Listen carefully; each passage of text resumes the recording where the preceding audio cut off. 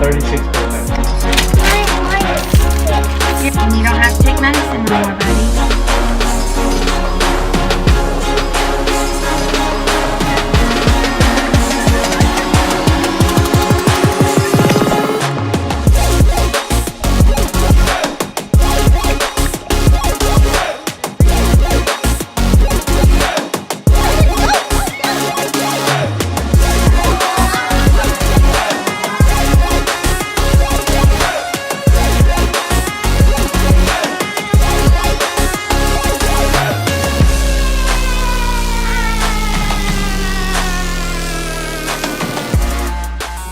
Good morning, everyone. Yes, it's morning and it's 11 o'clock. I'm sitting in the parking lot waiting on a store to open so I could try to exchange something.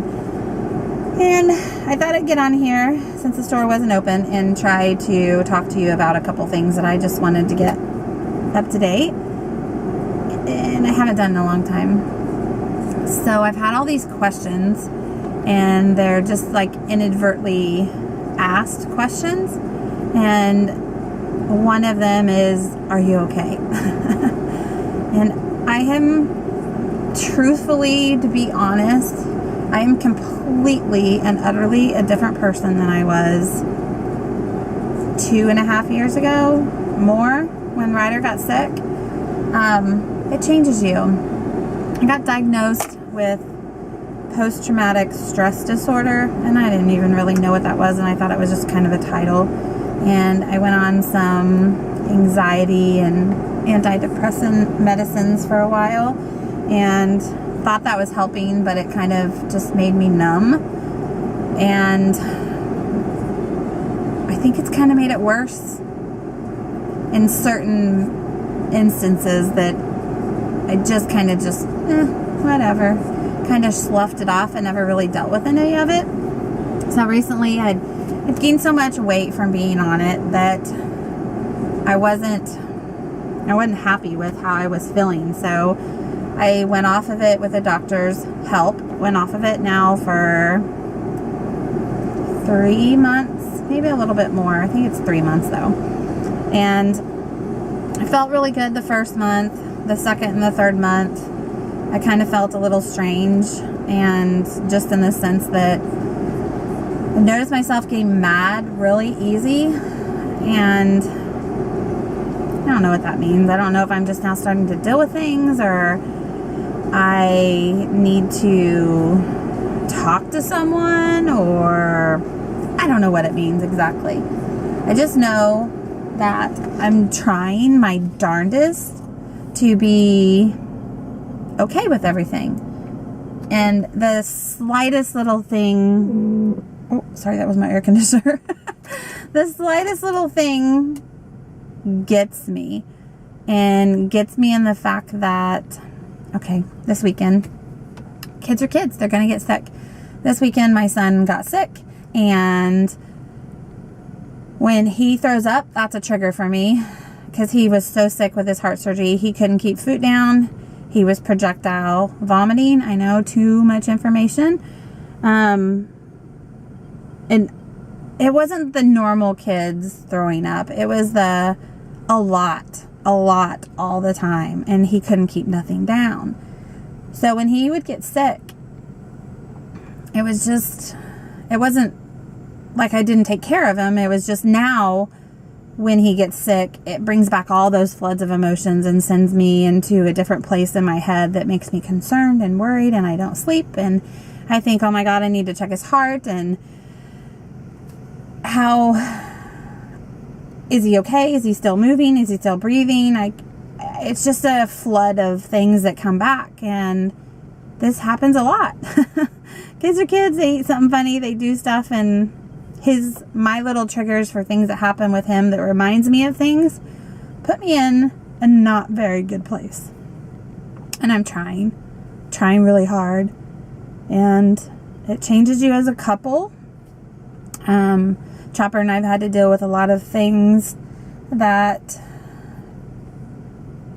every heart mom and dad or parent of a sick child deal with.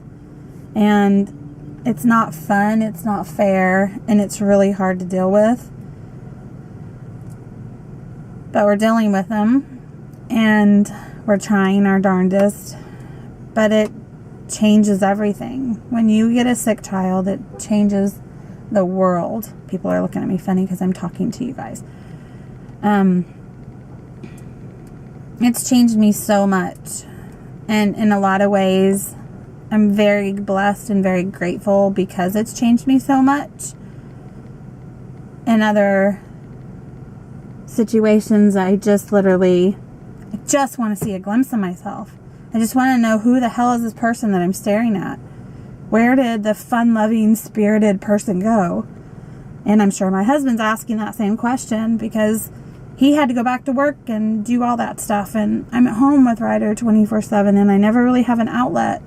And I'm trying, but we live someplace that there's nobody that I give Ryder to let him watch. And he's in school, so I get a couple hours twice a week to myself. But a couple hours is enough time to go to the grocery store and unload the car. It's been a long process. And although things may look okay in certain times, they're not always okay. So the cloud that people put up, or the facade, is that we're trying. And I don't wish this on my worst enemy. And I'm glad Ryder's doing better. But I think now it's time for the emotional healing for mommy and daddy to happen. And maybe by me saying this out loud, I can feel like this weight lifting or something, but there's only a few people I've ever told this to. One of them's my husband, my mom, and none of this is Ryder's fault. He's such a good boy. He's just a child, and he's been given a crappy hand, and now he's healthy, and I need to look on the bright side. It's just really hard when you've had so much piled on.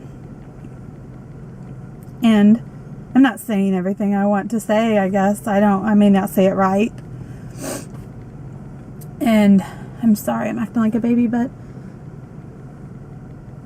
I've been through a lot. We've all been through a lot.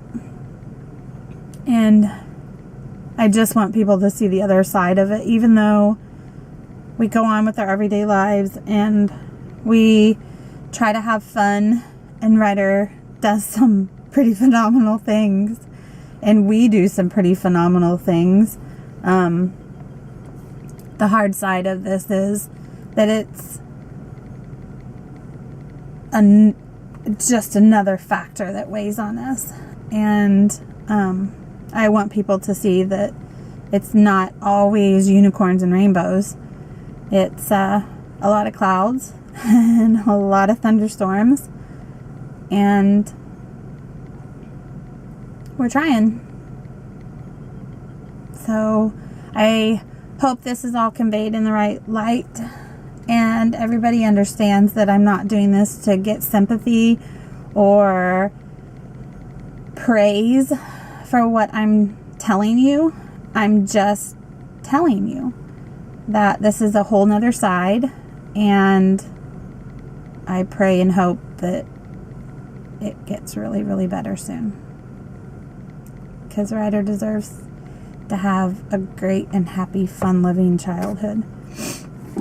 Okay, I'm going to go into the store now after I gather myself. I think they're going to open the store now. I hope you get a different look at this and send some love to a mama or daddy who's taking care of a sick baby, because it's not just at the time of, it happens for years after. It's a changing factor. All right. Have a good Sunday, everyone, and we will see you next time on Ryder's Ride.